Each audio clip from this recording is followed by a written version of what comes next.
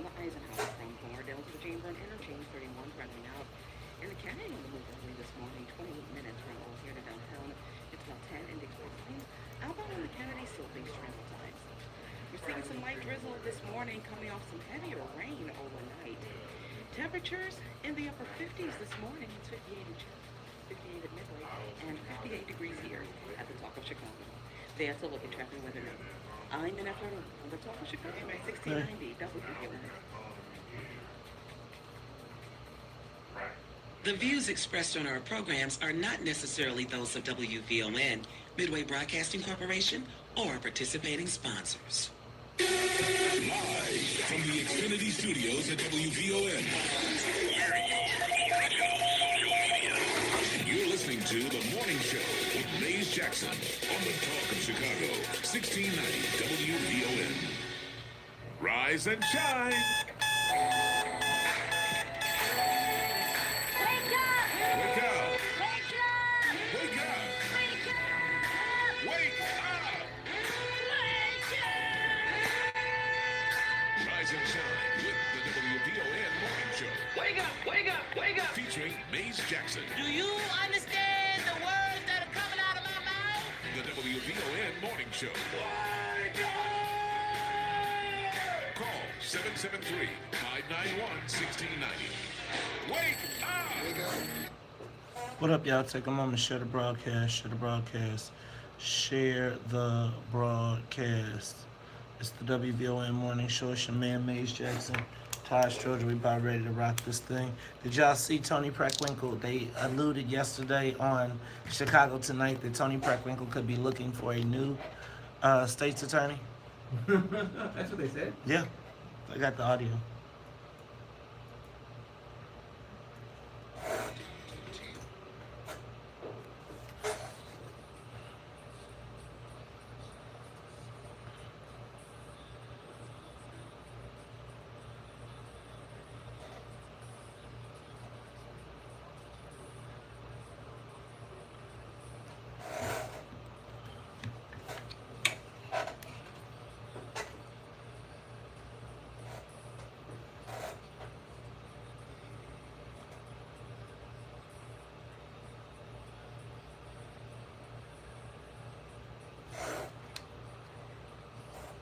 Wake up, Chicago. Wake up, world. This is the WVON Morning Show. I'm your host, Maze Jackson. And y'all know what? It is Thursday. What is this? Thursday, April 18th. I'm ready to get this thing rocking, man. It seems like, what is this, Easter Sunday coming up? Yes, it is. So tomorrow is Good Friday. And today is Good Thursday.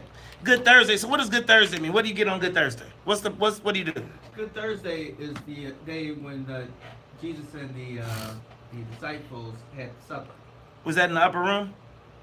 No, not in the upper room. The upper room was, they had the supper when when he told Peter and them to go make a place, and then they broke the bread and they sat down right before Judas ran out, and he was like, before he went to the Garden of Gethsemane. Before he went, is this the night he went to the Garden of Gethsemane?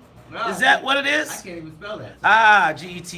Gethsemane. See, let me tell y'all. Hey, it's the WVON Morning Show. Getting ready for an Easter weekend. Trying to catch these rabbits that lay eggs all over the place. You know what? It's so crazy to me that at church, right, we are practicing pagan mythology at the same time, the hybrid of it all. Yes. But you know what? I'm not even tripping now. Let's do this. Let's just say what's up to the WVON family, because I done got too deep before we even got this thing started. So let me start saying what's up to Annette Flournoy in the newsroom. Annette, how are you feeling this morning? I told you, man. I didn't give it the formal name. the formal name of the Last Supper. I mean, it only has one name.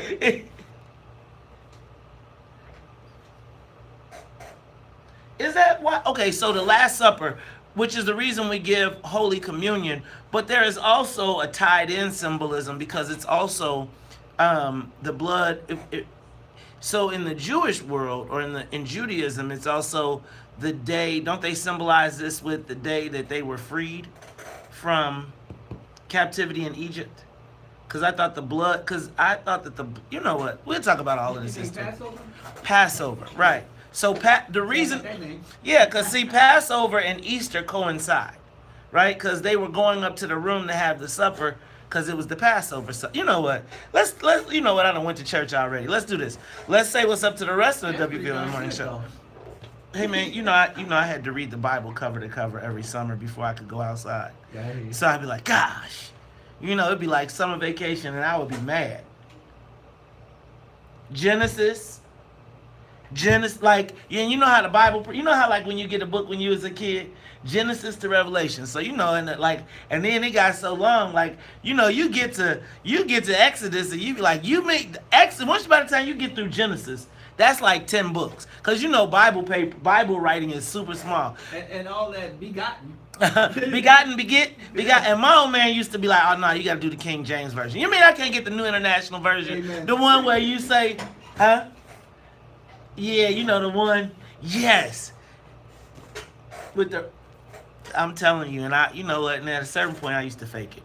Because it's like after you read the whole Bible, it's like, I feel like that's a life accomplishment. Yeah. At least 5. At least 5. And I used to try and get those speed reading classes because I couldn't go kick it for the summer until I read the dang on Bible. Somebody has read the Bible from cover to cover. Well, while you do that, let me say what's up to the rest of the WVON Morning Show team. What's up to my man Titus? He is sitting in as our co-pilot. Titus, how you feeling this morning? I'm good, man. I'm good. Boy, you got a buzz back there. And our super producer, Miss Sonia Tompkins, who is once again re-arrived with a new hairstyle. How are you, Sonia? And well, I'm gonna tell you what. I bet your boo is like, I love your obsession, cause brothers be trying to get the new, they be trying to get that new look, and every 2 weeks Sonya come around this mug like I'm a whole new person. All right, y'all. Well, that is the WVON Morning Show team lineup. Let's get this thing cracking. Titus, can we get this thing to 50,000 feet? Let's take the soul plane all the way up. And in the meantime, I am going to run through some headlines. First things first. Hey, Todd, today the Mueller report, the 2-year-long Mueller report is going to be released today. Fine. But Attorney General Warren Barr is going to have a press conference before. I'm so tired of the Democrats and this thing. It's really wearing me out. Like, if there's no collusions, there's no more indictments, I'm ready to get on with the business of the country. You know what? Todd, what do you expect to happen today? Nothing. a lot of talking and we expected more than this, and just a lot of kind of showboat and stuff. Exactly. From both sides. Yeah, man, I'm ready for this thing to be over and to move on to our next scandal. I'm waiting for Donald Trump to see who you think Donald Trump is going to offend next. Oh man, that's too many people. He's thinking, let's see, did somebody You get an offense. You get an offense. You get an offense. Hey, y'all, look, we'll talk about it more when we come back. It's Talk Chicago, 1690 AM, 617. We'll be back after traffic and the weather. How y'all feeling this morning? Yeah, I think I'm about to hit another soapbox. I had the worst experience worst fun for church. So Church. So I learned nothing in church. Went every. Oh, you talking about your Sunday. life? I thought you meant like yesterday. No. Yeah. Growing up in grade school, every Sunday was there. We started off as Jehovah's Witnesses. Oh. And that was then. Look, listen though. Man. So then my mother's boyfriend's family was a Jehovah's Witness, and he ended up committing suicide. Jeez. Right? So that was gone. My mom was like, "What? Yeah, we out here, right?" I can understand that. So then my mother's Catholic though, so she just stopped with the whole church thing because if she wasn't doing Catholic, she wasn't doing nothing. So anyway, my father was Baptist, so he took us to church with his girlfriend, right? 80th and Oglesby. I promise you all, y'all know about Calvary on 80th and Oglesby. It was a church that I learned nothing, but people were in there literally killing each other. It was the worst. You mean Calvary that's on 83rd now? No, you know where South Shore Hospital is? Yeah. right next to South Shore Hospital was a church. Calvary Across from Baptist the Church. parking lot? Yep. Oh, yeah. Yep, right there. So that's where I got baptized and all that good stuff. Our pastor, loved him to pieces, but he used to call people out at church and it was horrible. Our piano player was gay and he got into some What sexual is this stuff. supposed to be? You're trying to Look. surprise me, right? But it didn't flow well with me because when I was trying to figure out what are we doing here? How come I'm hearing about all this stuff in church and then I'm reading the Bible, so I'm confused because our church was so messy. Yeah. And when I say messy, I'm talking about I'm still in grade school to high school. It was messy. You got So a instead of me Tyler trying to Perry learn church. stuff, huh? You got a Tyler Perry church. Well, yeah, she had a black church. It was so messy, but it confused me because the choir would get high before they came to church, and all the choir was the teenagers, and so the drummer, he was cool, but the drummer, we were so house heads, right? The drummer would figure out how to play house tracks in the gospel music. So he was talented, right? And so then the choir could sing, right? But they will always be high. And when he would mix in the house tracks, you could see them in quiet tone, so yeah, boy, as they're trying to sing the doggone gospel songs. And I'll be trying to figure out what am I doing wrong here. That's pretty It interesting. confused the mess out of me, right? So then the pianist and one of the young men ended up killing the pianist. I'm telling you, Because he raped the pianist. The pianist probably raped him. Yeah. Dang. So This is a screenplay. You just haven't written it down. This is not a script. This is a typical black church. I'm gonna tell y'all But I'm what. not Baptist. This is like what? No, you was busy saying they was saying come join the altar club. Just be an altar boy. Yours was different. Yours was, would you like to be an altar boy, young man? Yeah, Yes. and I didn't do- Okay, good for you. Because let me just tell you, as I see I went to, my son's going to St. Rita, and they make you go to this mass, and I went to the mass, and just seeing these people who still let their kids be altar boys, I was like, I'm sorry, yo. There's no way in the world that young MJ is ever going to see a priest robe. But I'm going to tell you that what you're talking about is pretty prevalent in churches. I always talk about the pimps that became pastors. And I always feel like even like these, You took down one? there is a transference. There's the same thing that happens in pimpery that happens in churchery. And if you pay attention, a lot of reformed pimps become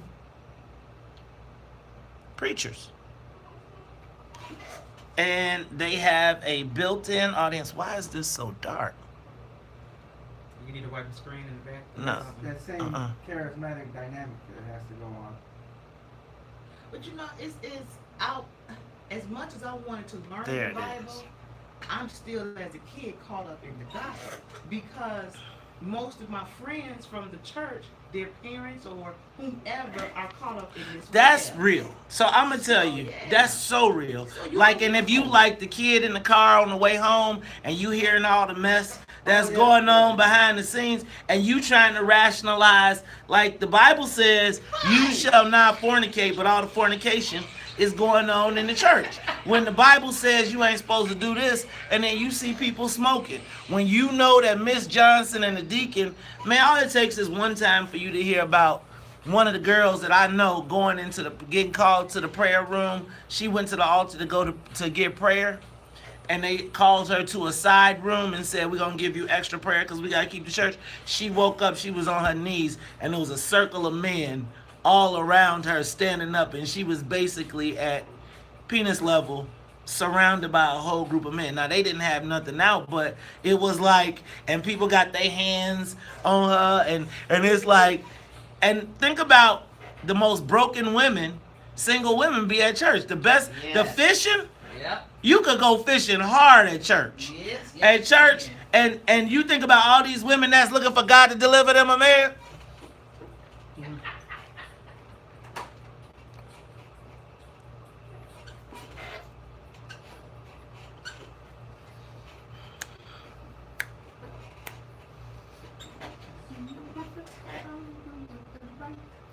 This is when I first went to college.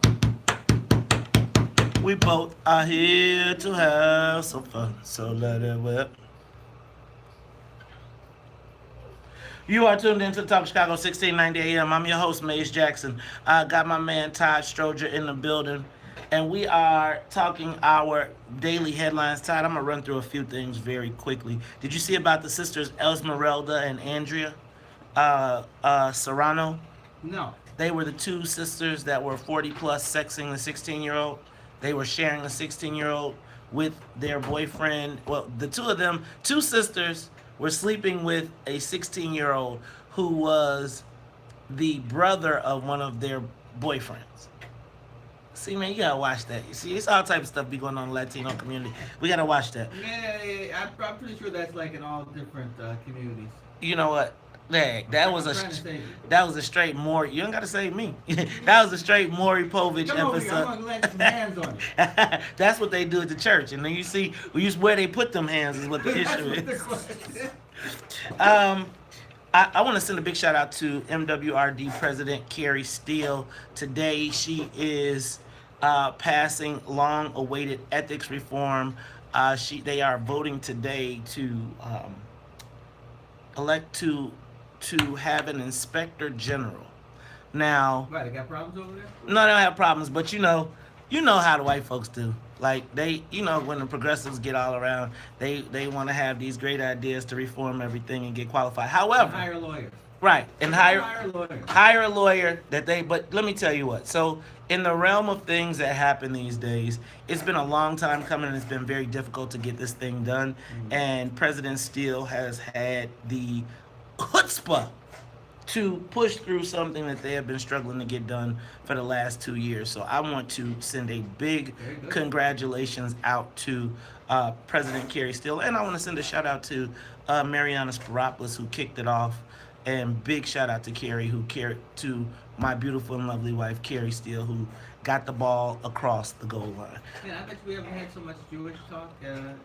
What time is it? It's not even a half an hour. Well, that's what happens when it's Easter weekend. All right, let's go to. Did anybody see Beyonce's Homecoming?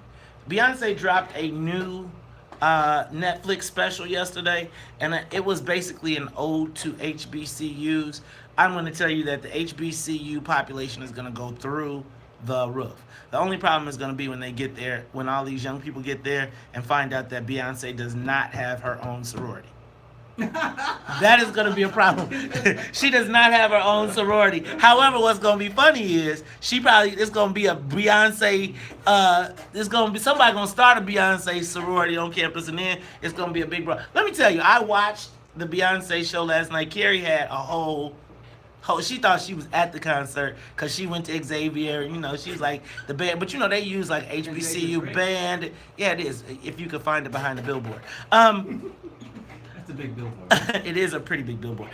So the thing about this whole thing about Beyonce doing it was her bringing black culture into one of the whitest festivals. Man, I got some real admiration for what Beyonce and Jay-Z have evolved into.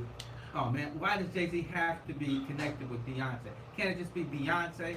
No, if you would have saw, they're a family. You talking all that Jay-Z stuff. I never hear you say Jay-Z and Beyonce, but not as Beyonce. You had to put Jay-Z in there, man. What's up with that? Hey, man, because it wouldn't. Jay-Z made Beyonce, man. If it wasn't for Beyonce, look at all the women going mad.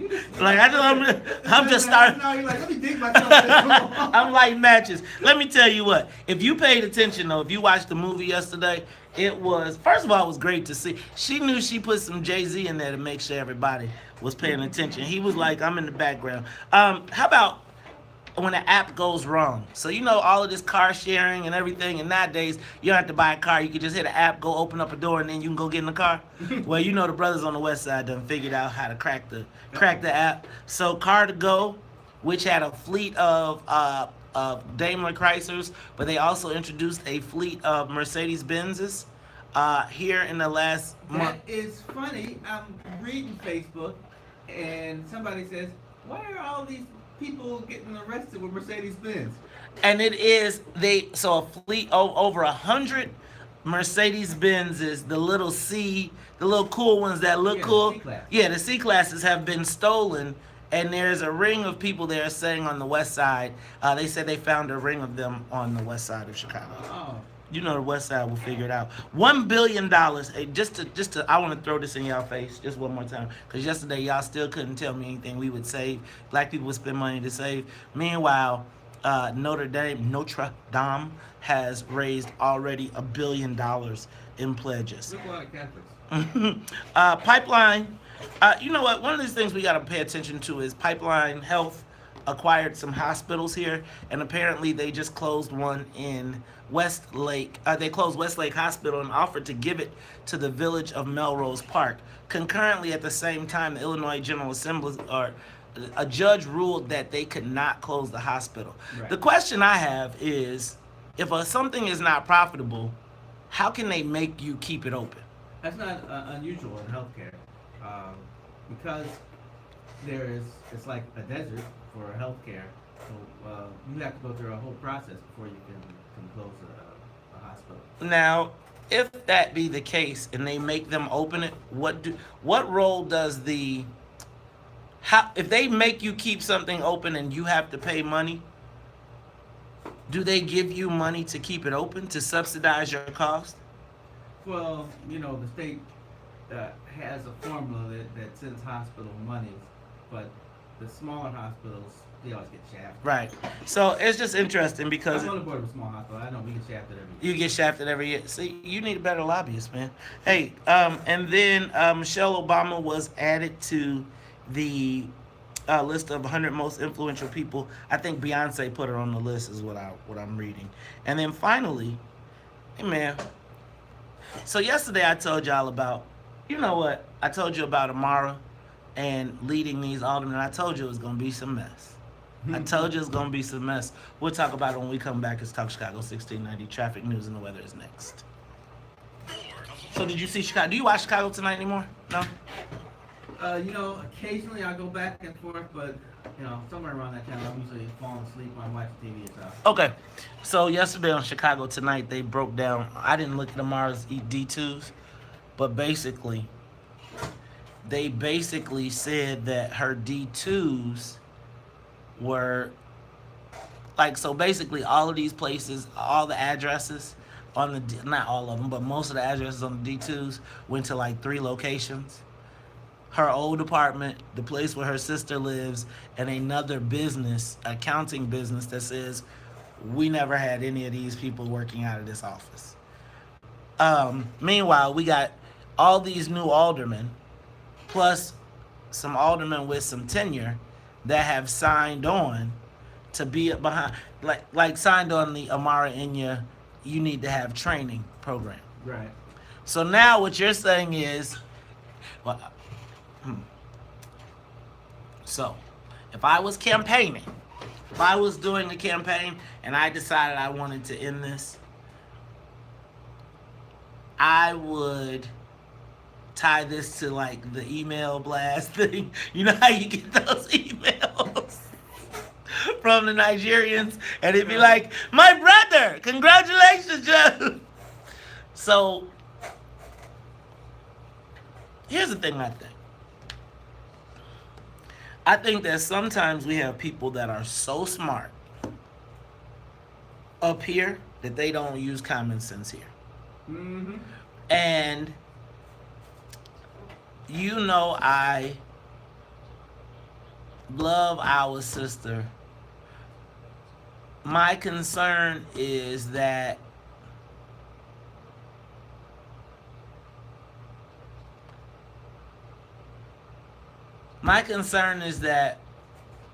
there's going to be, I'm just worried she's going to just damage her long-term credibility. I think that she has a tremendous opportunity to do a lot of stuff. It seems like, though, if you were to do a string of hits Like when you asked about the taxes, when you asked about there was always some sort of. So Tyler, have you ever filled out D2s? You have never had to do them yourself. Fill them out myself? No, I don't think I've ever done. Okay, well, if you've ever had to do D2s, you know that the person that is writing the check, before they will write the check, they stalk your ass for the address. They stalk your ass for everything. And if they don't, part of the reason that they work so hard on their D2s, why it's such a dramatic is because you got to get all that information and you put it in because you don't want to be in violation. Right. So yesterday, Amara said she just stuck in any addresses as placeholders so that they could get the reports in. And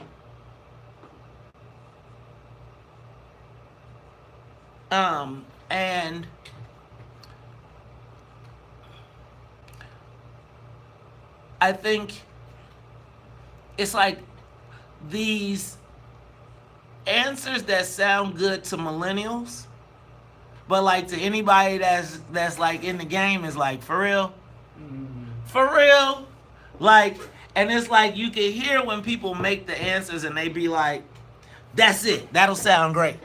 And then you listen to it on TV and you be like, something don't sound right there. And even if you are going to do something and like, man, we got to do this today and we'll get back to it in the future. But if you never get back to it, you've really cut your own throat. But the bad part is, if they catch it before you can get back to it. Yeah, right. You're not gonna look good in that scenario. It's just the scrutiny is just higher. I mean, there used to be a time when you didn't have to worry about, who gave you what and how much. Well, those days are gone. Now you have to give complete disclosure of who that person was and when it happened, and if it's over a certain amount, it's a greater threshold. You got to tell them sooner. And they want to know everything about it. It's an interesting thing of D2s. It's supposed to be like a map to let people know where you stand on things and how you are being funded. So, and it is pretty much that. So that's why you're supposed to know everything about people who give money.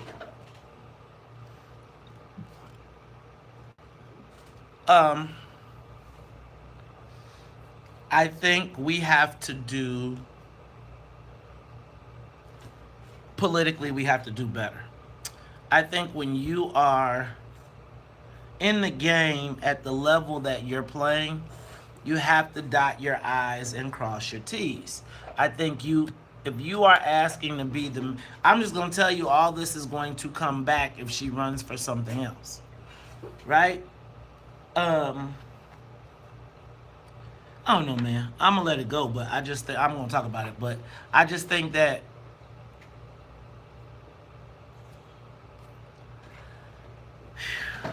it just yeah, I'm gonna let it be. Hey y'all, how y'all feeling this morning? How about Tony Preckwinkle potentially looking for somebody to replace Kim Fox?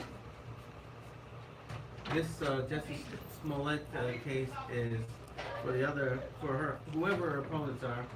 It's the thing that just keeps on giving. It's a gigantic perspective and tribute. Man, you gotta play it from the whatchamajigger. You gotta play. Can you hear me? You gotta play the songs from Tidal. So she sang the Black National Anthem on Tidal. Play that at some point. You got I'll show you the.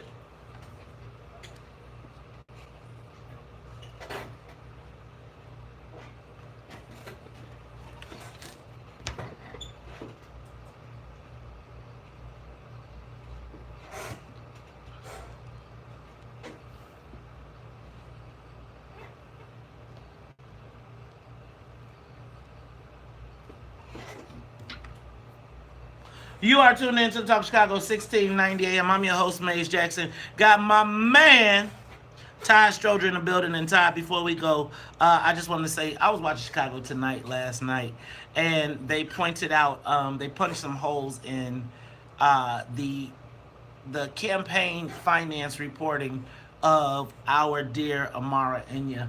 And I just want to, Todd, political school is going to begin in May. And just doing the basics to make sure that you don't fall in the campaign trick hole. I think so yesterday the WTTW reported discrepancies in the reporting and the accounting of the money that Amara Enya paid. Now, the only reason I think it's such a big deal is because she started out with campaign debt and it was already an issue. And so when you take these large donations in from people like Chance and Kanye West, it's like in all of the shots they showed them, right? And it's like these people put their belief in it. And I just think you gotta make sure that you protect the interests of yourself, your brand, and the people that give to you. And so that's why, like the details are important. In politics, the details are important because the details are what they will use to beat you over the head with. Yes, they will. They just need to find one incident, and the next thing you know, they gone with it. All right, let's go to the social media question of the day. Yesterday, the news reported that large groups of teen mobs, that's the press's words, got off the red line and flooded downtown. There were reports of fights, disturbances, and disruption. Now, the fact is, we knew that it was spring break. We knew it.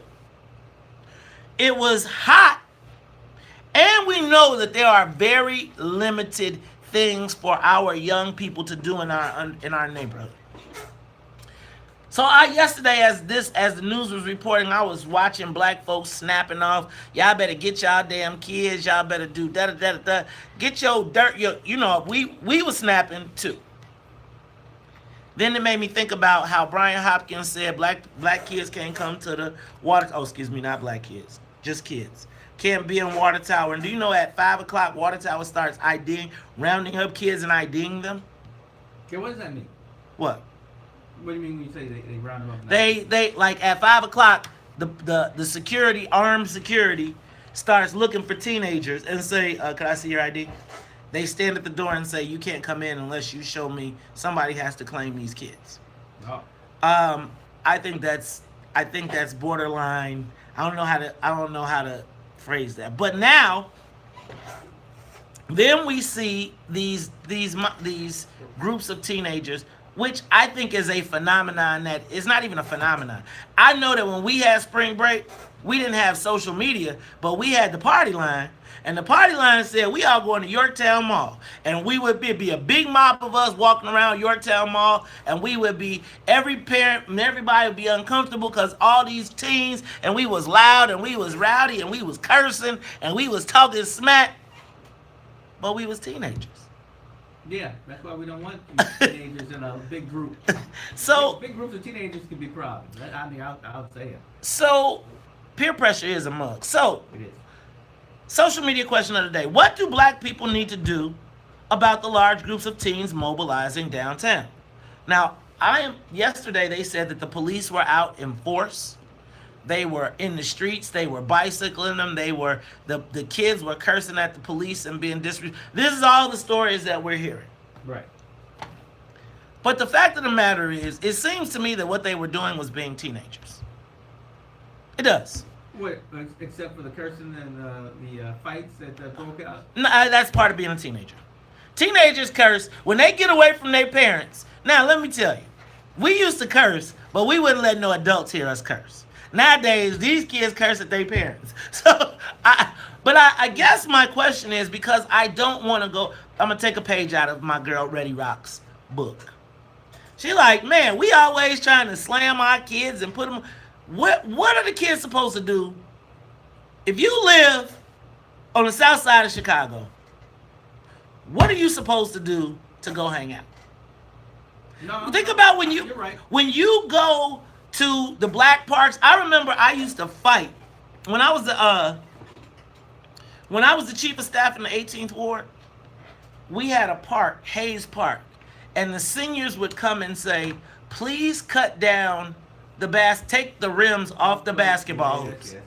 Take the rim. Hear me. take the rims off of the basketball hoops so that the kids won't be hanging out in the park. Well, damn it, if they ain't supposed to hang in the park, where they supposed to hang? You're right. Right? So I want to know, what do black people need to do about the large groups of teens mobilizing downtown? I'm going to tell you that if my daughter said she was going downtown to hang out, I would feel much safer than her saying, I'm going to hang out on the 9, where they want you to keep. But I want y'all to pay attention to the words that they use. They use mob, teen mobs, and they were very clear that they got off of the red line. No, where they Very, came from. very clear about they got off of the red line. So now y'all give me a call, 312-374-8130. What do black people need to do about the large groups of teens mobilizing downtown? I'm going to go to Taylor. Taylor, you're on the top of Chicago, 1690. What's up? Good morning. The more I hear about this, the more I get disturbed. When I went to the movie theater the other day, it was so many teenagers out there. Everybody who was adult got nervous. I went back and asked for a refund. I said, where are these kids coming from at one time? He said, well, school out. I said, oh. I said, okay, give me a refund. I come back maybe at an early hour. You have to understand this is done from parent to parent. You're right.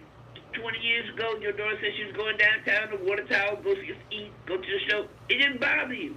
That's a different group now. They're down there actually confronting white folks, snatching, fighting, hollering, screaming. It's too disturbing. So you need to do it individually and make sure your child has something else to do, like play tennis, go to the basketball court that's being supervised by adults so that gangbangs won't come over there and shoot them. It's horrible. But they do need an outlet, but they also need the help of us. Thank you. You know what? That's true. Daryl Wallace just said, what's the difference between that and Lollapalooza? Well, the white people are just throwing up everywhere. Lollapalooza is an fenced area. You pay to go in that Have crowd. you ever? No, you pay to go in the crowd inside of Lollapalooza. Have you walked around downtown when Lollapalooza is going on? What, am I crazy? Okay, so let me tell you, because when I see a bunch of white kids drunk and high, I'll be like, man, we need to get these people off the streets. There doesn't seem to be that much intensity. As a matter of fact, it's protected by the police.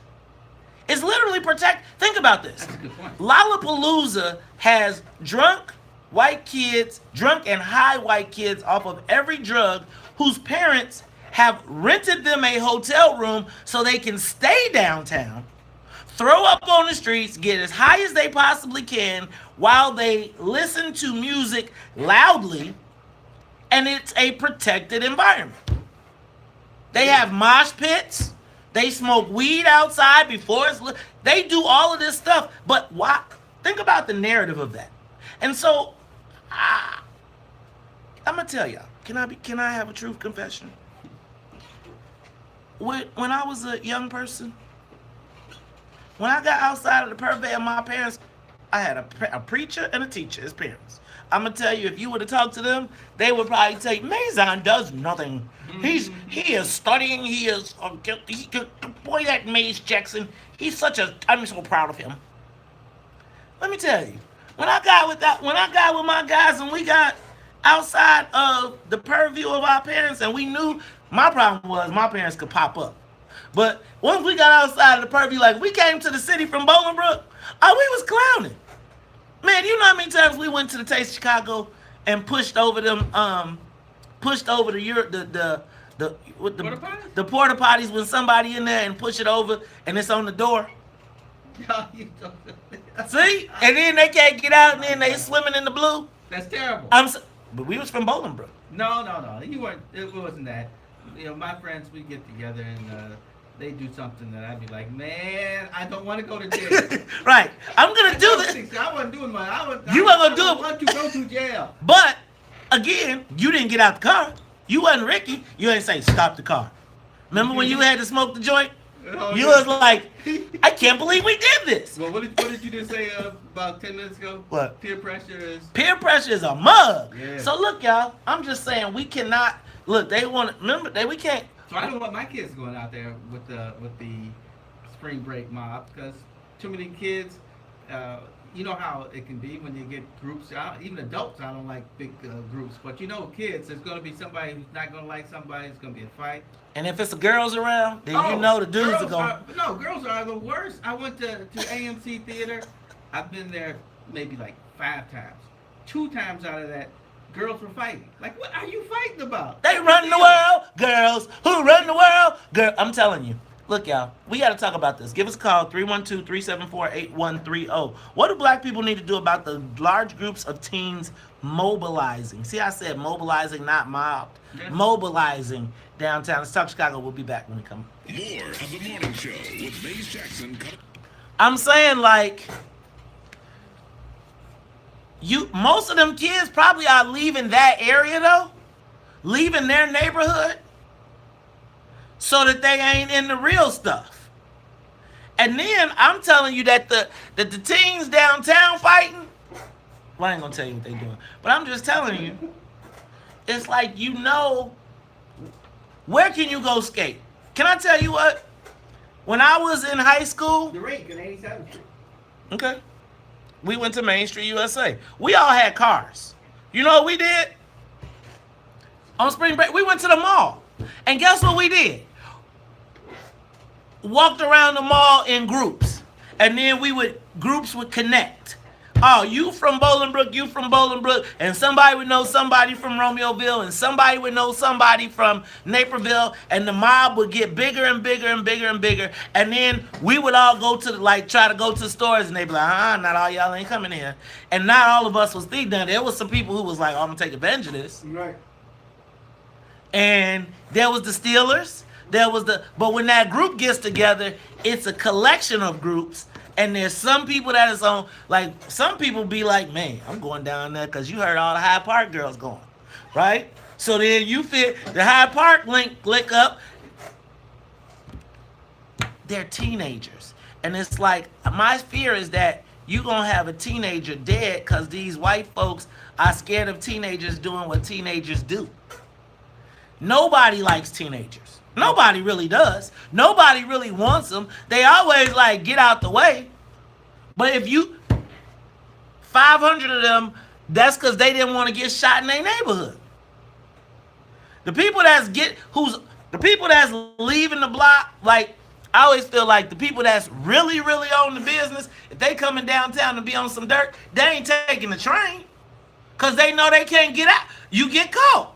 That's why they always got a getaway car. What you got now is teen rivalry, and yeah, it's going to be some fights. And yeah, teens love to run. Like, if something happened, somebody run, and everybody run, and that's part of the fun of being downtown. That's true. It's like, woo! You know somebody do something, and then you run, and then everybody run, and then y'all run to the next spot, and everybody be like, what happened? Nothing. I thought somebody heard some shooting. Nah, it wasn't no shooting. Somebody dropped. And so it's like when you read the account in the paper, it's like, damn.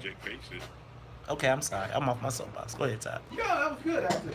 I mean, you're absolutely right. That's teenagers. But teenagers get in trouble when there's too many of them. I mean, fights break out, and teenagers from one section don't like teenagers from another section. I've seen it with my own family. So, I don't mind kids going downtown. I went downtown all the time. We go downtown on Saturdays, go see movies. Superman, that was a big thing. It snowed that day.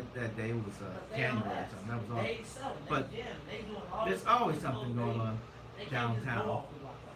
And I agree with Vegas. I mean, but for one thing, you want children to be able to explore and see what's going on in the world.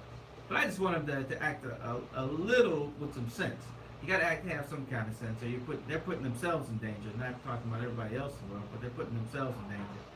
So, if my kids are going downtown, I want to know who are they going with, who are they hanging with, because I want to know if everybody in that group's got some sense. And if you're going with this person, and you can't go, because this person doesn't know how to act once they leave.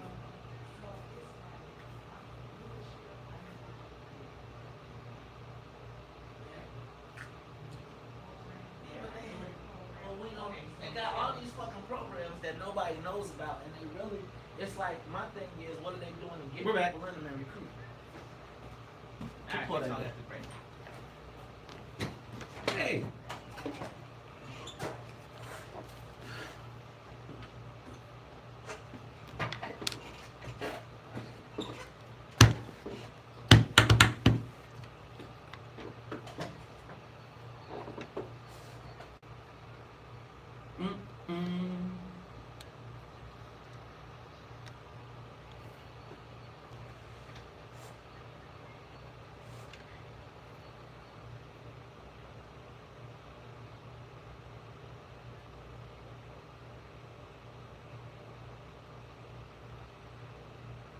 So talk to me, Beulah. What are they bad kids?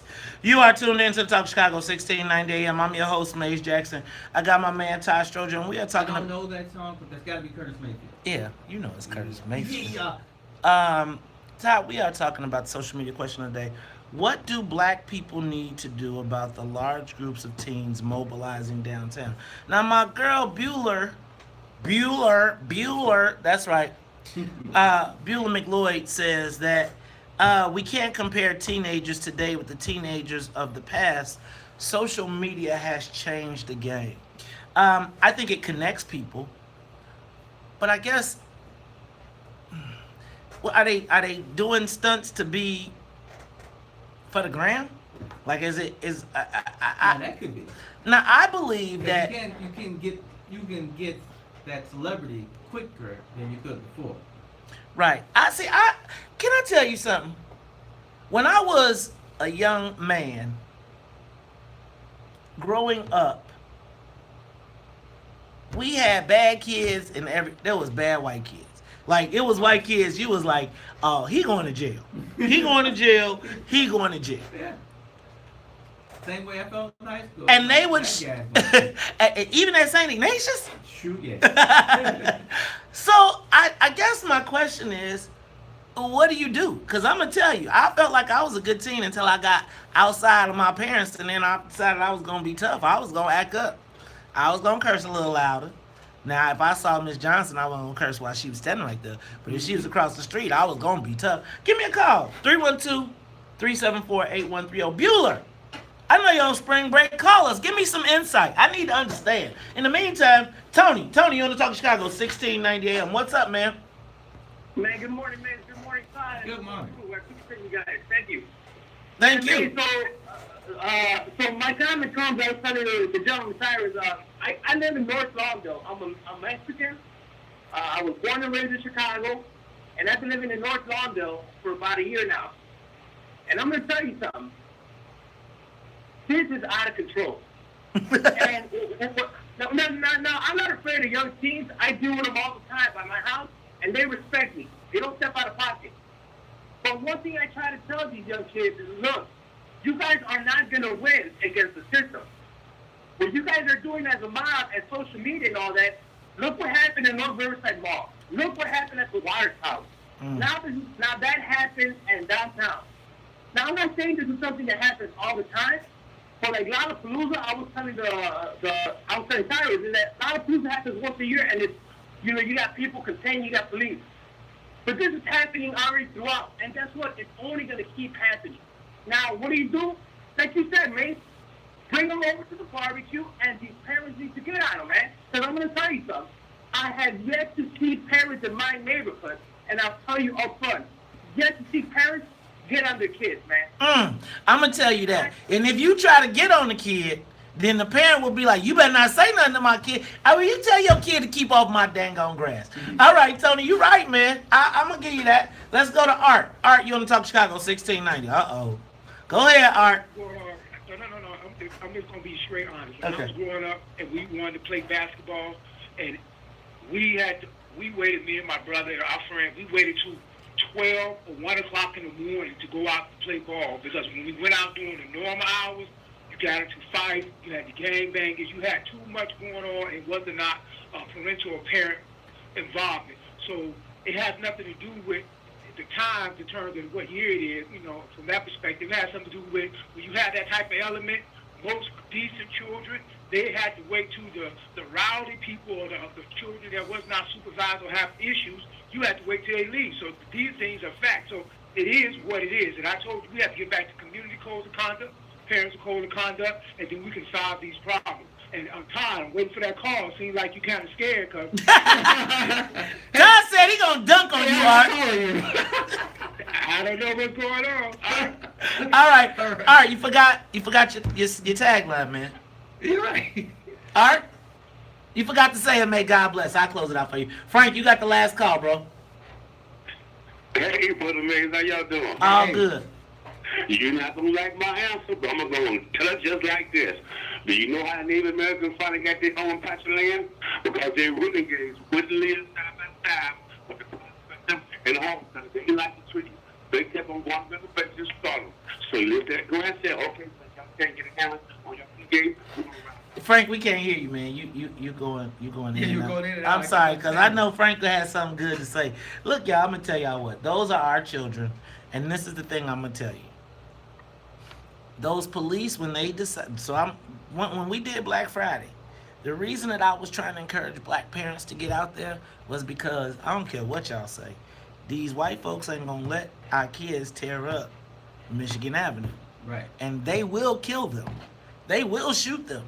And I think that when you are a teenager, you believe that you are invincible. And that might be part of the problem. Look, when we come back, we'll continue the conversation. I'll take your calls. And then we're going to move on to Talk Chicago 1690. The Talk of Chicago. Y'all take a moment, share the broadcast. I think somebody turned the radiator up. Turn the radiator up? It's hotter than it usually is in there. Or is it my hotter today? No, it's hot. It's fizzle. Yeah, my wife did say I was hot, but this is like, woo. I can lose a couple pounds there.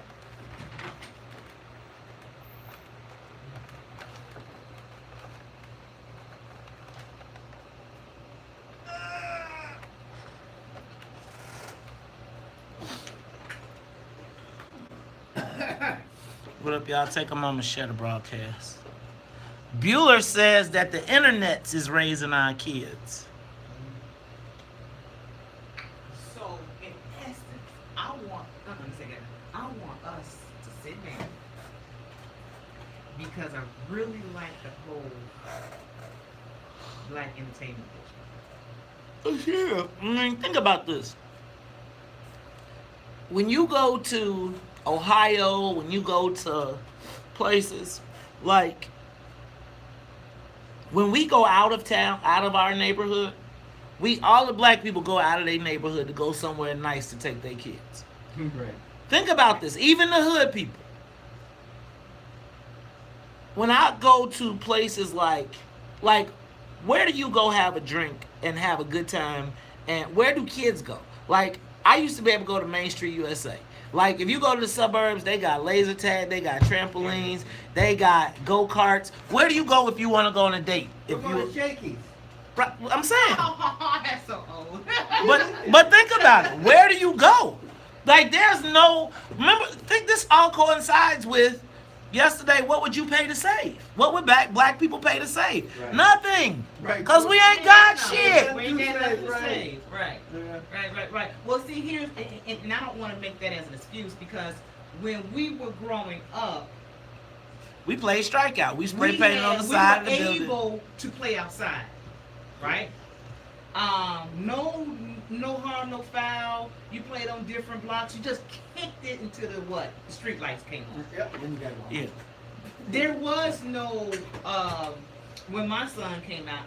Well, when I had my son, there was no place to go to jump into balls and those indoor plays. We didn't have that. We didn't have that. Nah, but you know what we had? Why did they bring that in? Because kids weren't safe anymore, or no? I we consider just that. didn't Well, have I know. I just think that quiet as kept. I just think we didn't have it. I think in the hood they didn't have it. I think that there's always been resources and things for white folks to do. Like even like we used to go to Showbiz Pizza in the daytime, right? There's no. Think about this. There's no arcades. Remember We had arcades darn near on every other block. Man, cause you put them suckers in there and them kids be in there, but then the arcade became the place where you sold the dope. Right. 'Cause Right? everybody It was in there. right. All the burnouts, all the Yep. man. I remember we had bittersweets. That what happened. Huh? I didn't know that. Yeah, I mean, well, that and everybody got home video games. Video games at home. Yeah, that's true. Were Yeah. better. But the other part is our world keeps us inside. And the other, like, so our world now, the kid can go explore the world on a computer. On a computer, right. And he plays the That's video what's up. game right here. Like, if you do it right, man, you, like, I didn't, like, there are kids now that have these fucking portable things where they put their penis in so that they don't have to get up from the game and pee. That's funny. That's real. What? Like, there are gamers and people who, what the fuck just happened? Because they just so into. I know there are people who are so into their video games, but really to the point where they don't want to get up and move and use the bathroom. That is pretty crazy. Yes.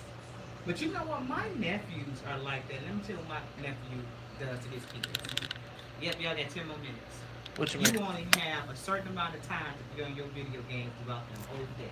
So you better get it in, because after that, it's over. It's 4 boys, and all they do is play videos, or if one needs charging, they put theirs up, and they go to their brother, like, I want to play, then they start arguing. You know what I mean? But my nephew was like, no. Yeah, right. Y'all got a certain amount of time to play y'all video games, and y'all putting it up for that. Then it's Smart reading, it's watching TV, it's interacting with your brothers, and interacting with your family. But when they get a hold of those iPads and all that kind of stuff that they get everything, because my nephew is a tech, you know, so they get everything, But, and they my go son's crazy 19. over that stuff. He's old, Mhm. but he feels like he's touching the world because there's people from Amsterdam and all that kind of stuff talking on the internet. I used to play spades with people over the internet. Yeah, it was fun. But I was an adult. Well, yeah. So he plays combat games with people from God knows where, and they talk politics with people all over. So I'm like, man, but the guy in Belgium it's like 2 p.m. where he is, and it's like 2 a.m. where we are. Stop it. Go to sleep. But I've been trying to get him, and he does good. I'm going to literally have to get a computer lock if we have such a thing. They have where you can lock out sites, but if he is so into the tech world, he'll probably figure out how to go around it. You know, Exactly, you get around. he get around it, or I don't know, but like I was telling you about that whole entertainment district, I was asking Maze if we got to sit down and figure this out, because I do want to present that to Lori. You know, she's looking, she's digging, but like you said, they do it all the time, right? Right. Here's when they come in, but for me to get an email, I ain't got no emails from Ron or Daily, so I didn't know they would be asked. I thought that they just figure it out and not reach out to us. You know They what I mean? usually don't, though. Right. I mean, that's not how it works, and I think that that's a cool thing to do, and they'll probably pick some ideas from it, but I don't know.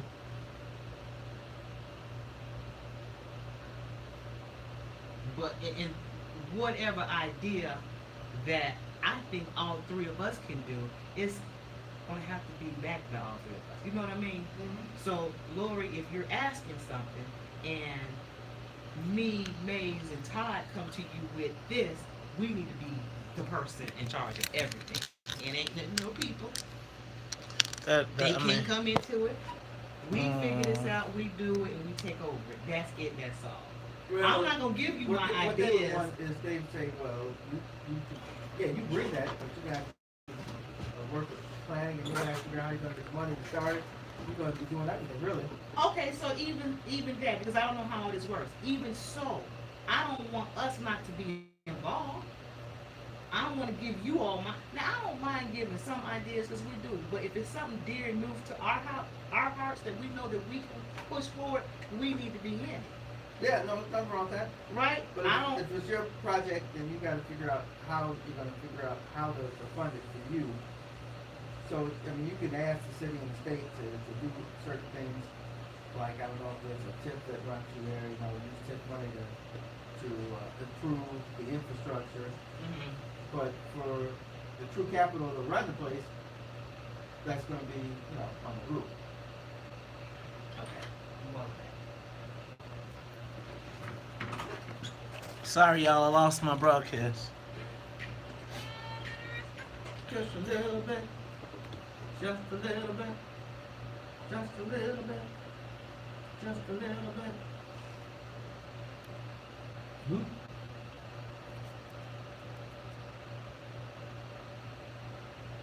That woman. Just a little respect now, just a little bit. Just a little bit. Just a little bit. Just a little bit.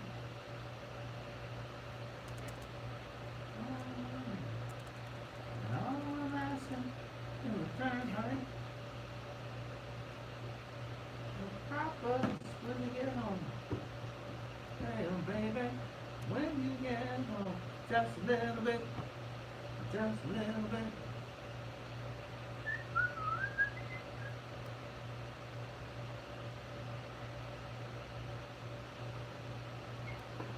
All right, we're back, y'all. Share the broadcast. Help me get it back.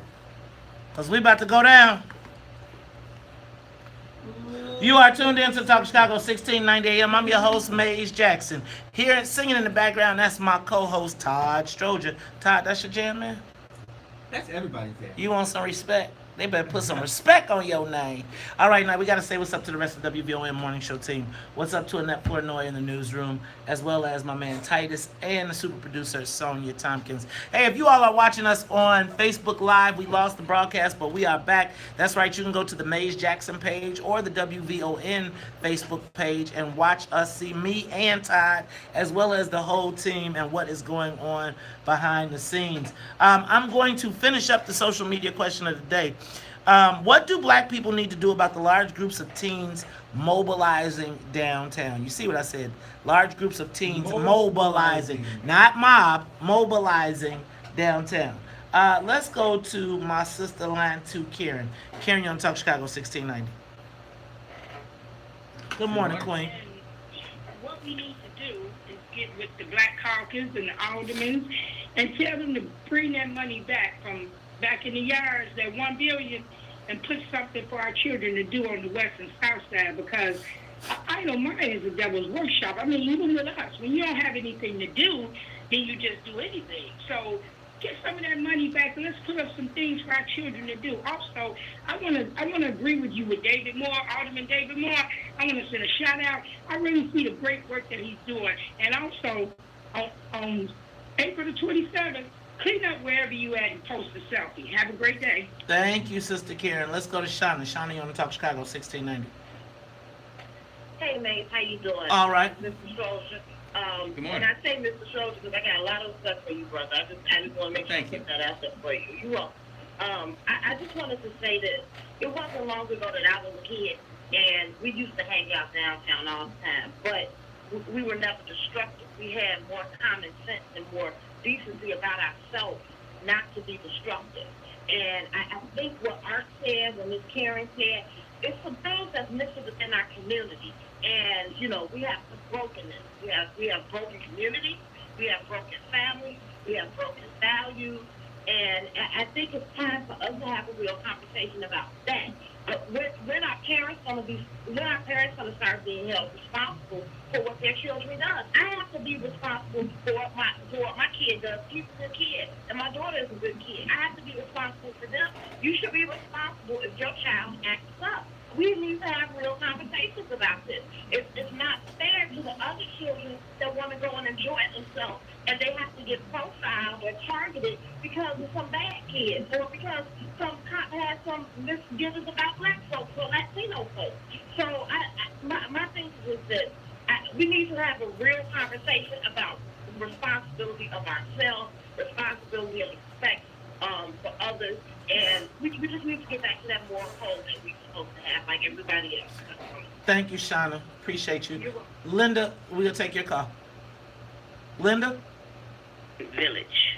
I missed the first part of that, Linda. Go ahead again. I said good morning, WVON Village. Good morning, Linda. How you doing? Great. Come on.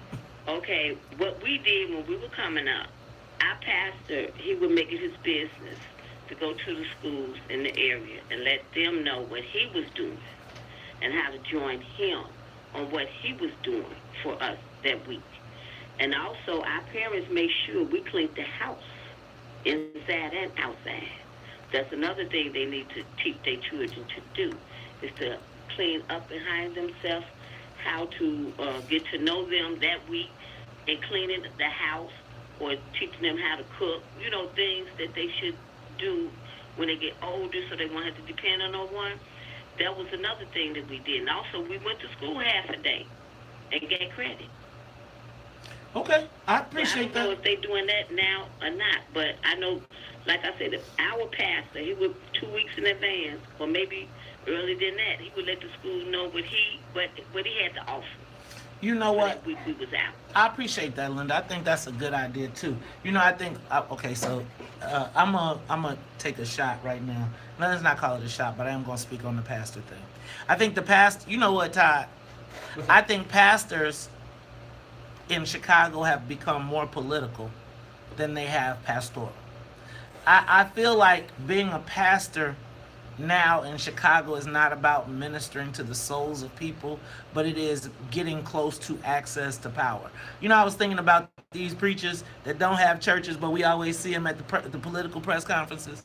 I was just thinking, like, really yesterday, and it's no shade, but think about the fact that with all of these killings and everything that's going on, the pastors was making more money off the mayoral campaign than political consultants. I think about how many pastors now are bishops. You ever seen a pastor? You ever seen them bishops with the bishop on their baseball hat that's blinged out?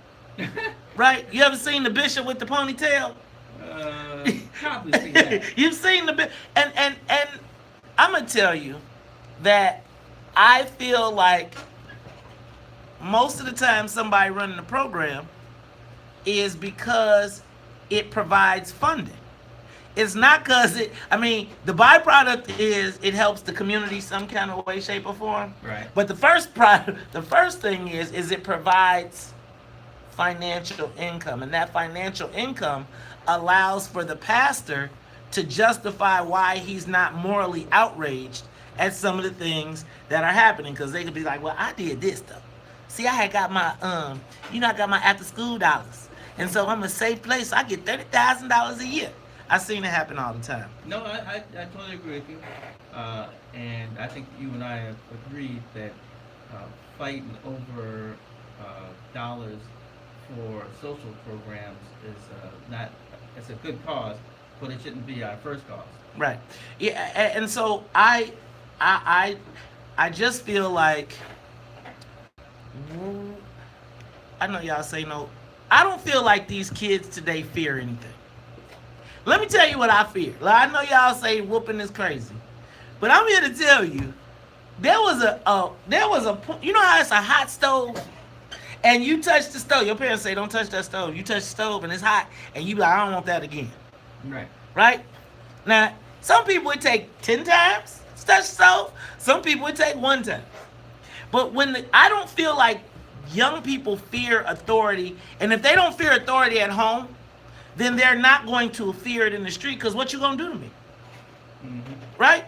And sometimes sometimes kids are strong-willed and they will test you. Oh, yes. And the problem is you don't want the first time the child tests the will to be against a person with a gun. Because a gun is a lot different than a belt.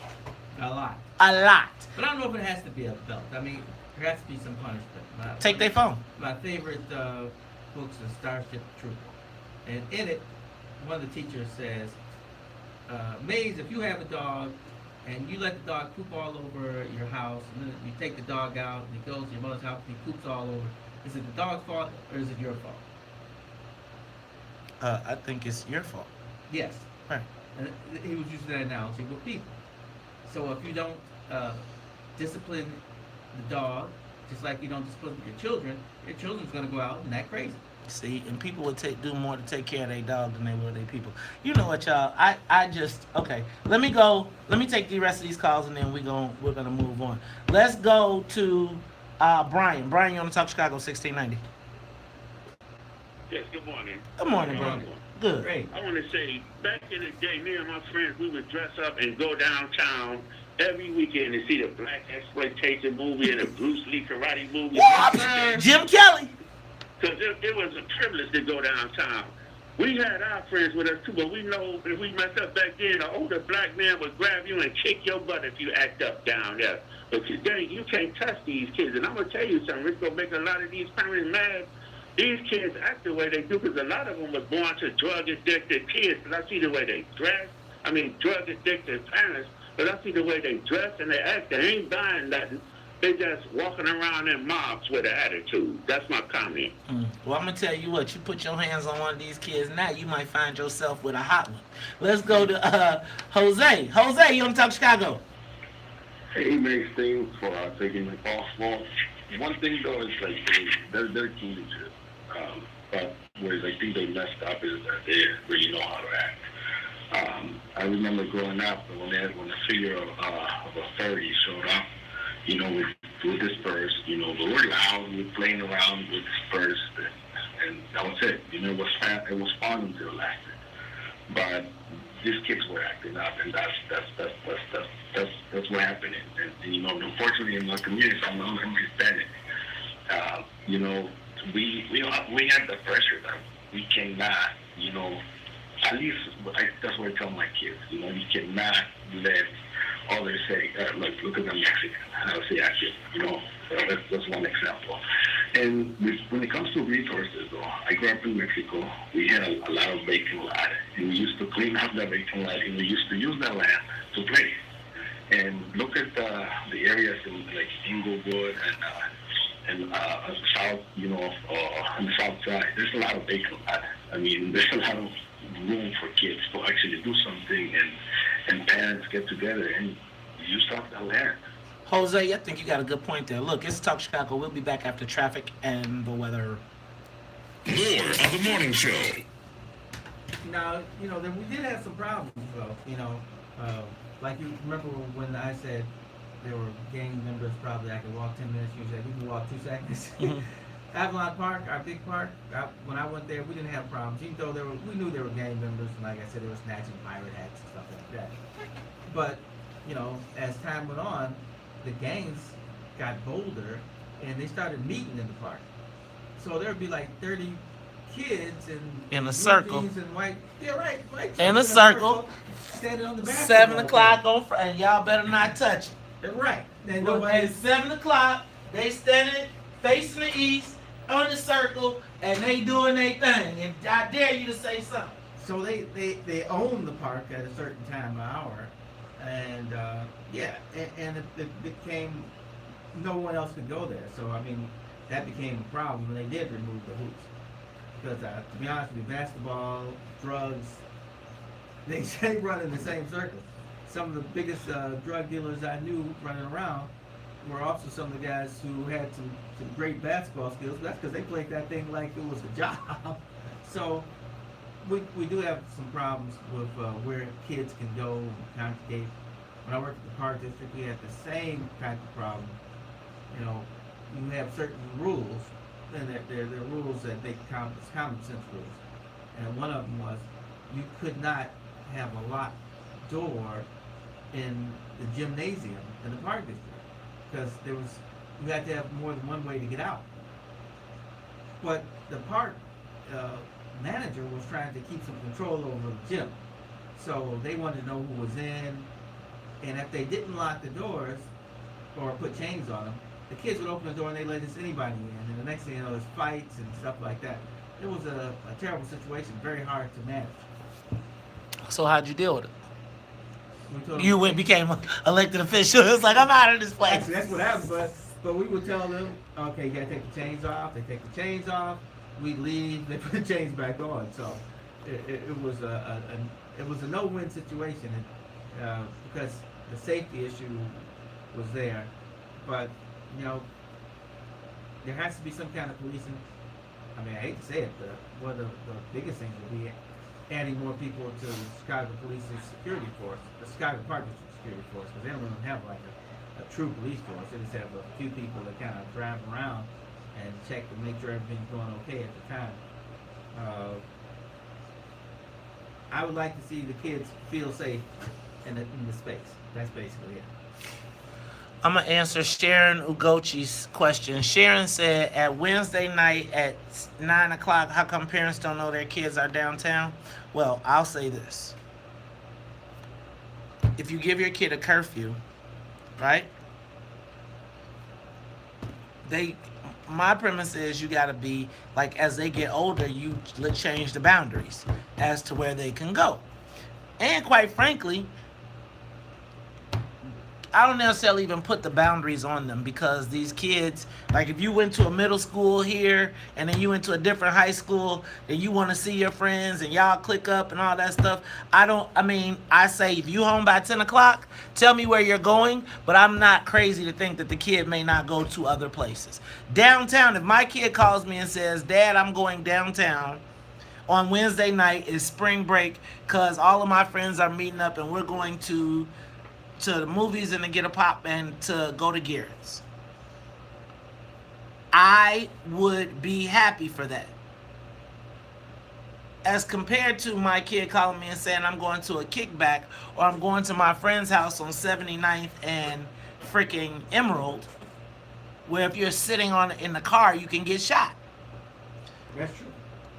So it's not, and when you're out, your parents don't know that you out talking loud and talking crazy. And even if you ain't the one, you're roped into that group. Yep. I would tell you that they said if it was 500 kids and 30 got arrested, it's the 30 that got arrested is the tough kids that's like, F you police. There's kids that say, I ain't mess with them police, and I'm going to keep on walking. Then it's the tough guy who is getting all the props from the girls like, dang, you snapped on the police. And you know you're a juvenile, so you're getting out after you get that beat down.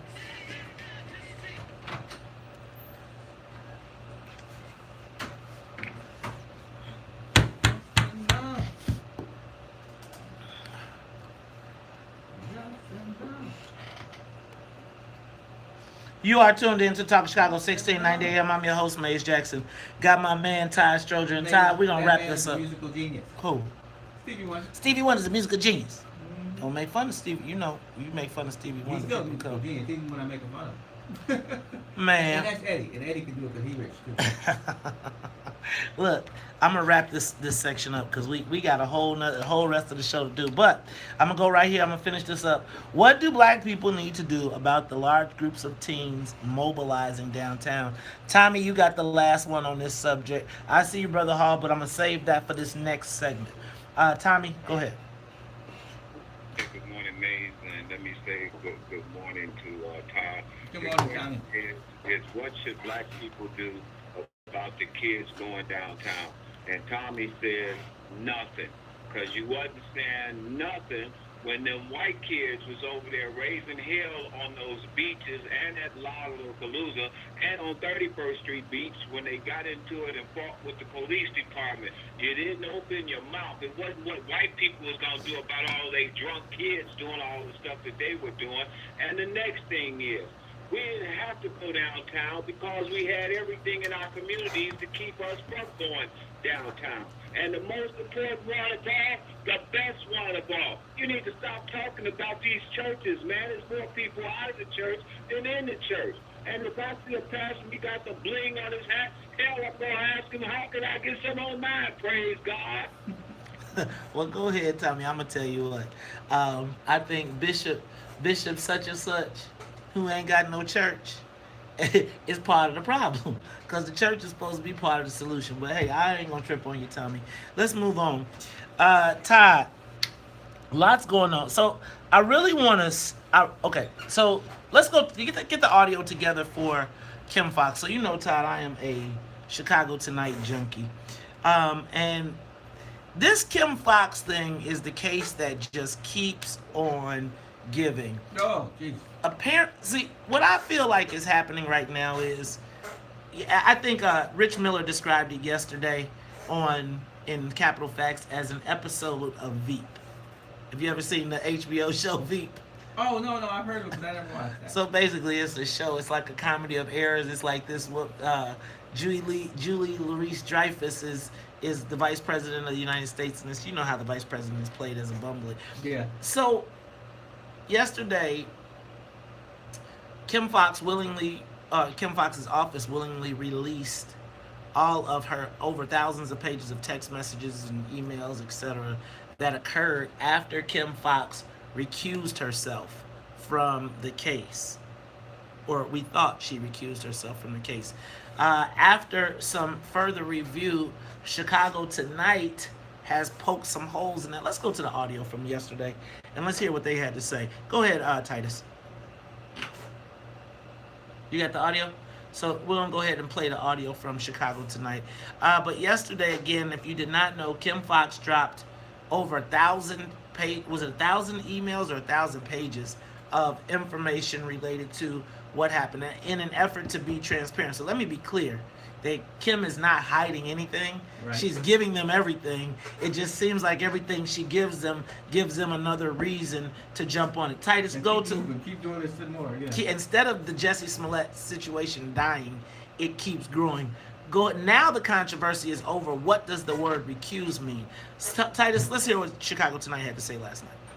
It's been more than 3 weeks since the Cook County State's Attorney's Office dropped all 16 felony charges against Empire actor Jussie Smollett for allegedly filing a false police report. Last night, that office released thousands of pages of documents related to Smollett's case. And here to help us make sense of these records is WTTW News reporter Matt Masterson. Matt, what are these documents and how are they obtained? So what was released last night, it was more than 150 pages of text conversations and more than 3,600 pages of emails related to the prosecution of Jussie Smollett that were coming from Kim Fox's office. This came in response to a Freedom of Information request, and a lot of it has to deal with various media requests and media inquiries into this obviously high-profile case, but the documents do shed some light on what was going on inside the state's attorney's office during this prosecution. So what were some of the interesting findings? The biggest thing here is that Kim Fox was still tracking and discussing the Smollett case with her staff even after she said that she had recused herself. She had repeated on numerous occasions that she recused herself from this case in February, that she handed it over to her top assistant, Joe McGatz, and that she had nothing to do with it from that point on. But in the text, it shows a bit of a different story. It shows that Fox communicated with McGatz weeks after that recusal, specifically discussing the possibility that they had overcharged Smollett. In one text, Fox refers to Smollett as a washed-up celeb and compared the number of charges in his case to that of R. Kelly, the R&B singer who faces fewer counts in his aggravated sexual assault case, even though there's 4 alleged victims in that one. So Fox issued a statement Wednesday after these came out saying that she only reached out to McGatz after her recusal to discuss the use of appropriate charging authority.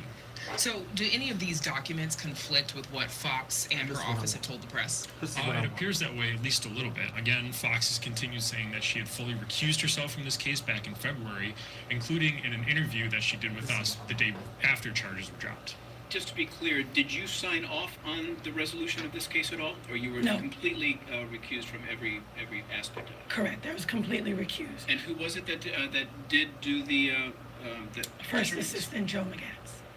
And Joe McGatz told me something similar when I asked him the same question just one day earlier.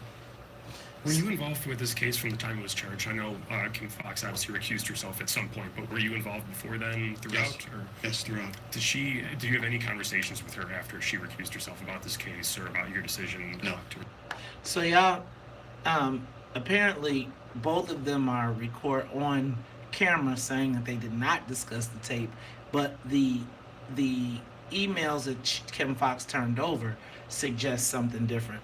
Look, we're going to talk about this when we come back, because in this same episode of this show, Paris Schutz intimated that Tony Preckwinkle could be looking for a new candidate for state's attorney. We're going to talk about all of this when we come back to Talk Chicago 1690. More of the morning show. Okay, you got the camera. Todd. Yes. Yeah. That was Okay. So now this Kim Fox thing is just I don't know what this is like. It's like those chemistry experiments they do it in Chem Lab, where they pour something in there and it just keeps on just getting bigger and bigger and expanding. This is what's going on with this. This is dragging on. The problem was it should have just been handled like he was Joe Blow and not the big actor on a famous TV show, very hot show. But they should have tried to kill this. I guess probably the problem is he was trying to drag this thing out too, trying to be the big celebrity, showing that he had been wrong. But no, they should have been tough on this. You got to be tough on everything you do when you're the state's attorney. There's no true room for pulling back. You at least have to show that you did what you needed to do. And I don't think people feel that way. They don't feel like what needed to be done had been done. And when you're in a position such as hers, there has to be some black and white to it. So they said he did some committee hours and they dropped the charges and he's guilty and they're happy. But in a court of law, they want you to admit guilt before they let you just walk away. And he never had to admit guilt. To this day, he's still running around saying that he's innocent. And that just made people even more furious at this whole situation.